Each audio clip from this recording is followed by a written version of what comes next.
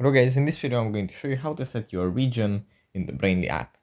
First we have to open up the app, and here it opens up in the home menu. From here we just go into the profile menu, then we tap on settings, and then at the bottom we find you are connected to Brainly something.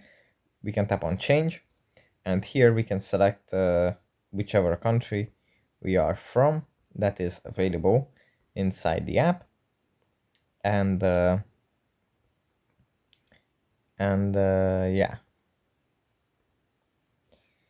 we can just set our region like this. I guess that's basically it. That's pretty much it for this video. I hope it was helpful for you guys, and see you in the next one.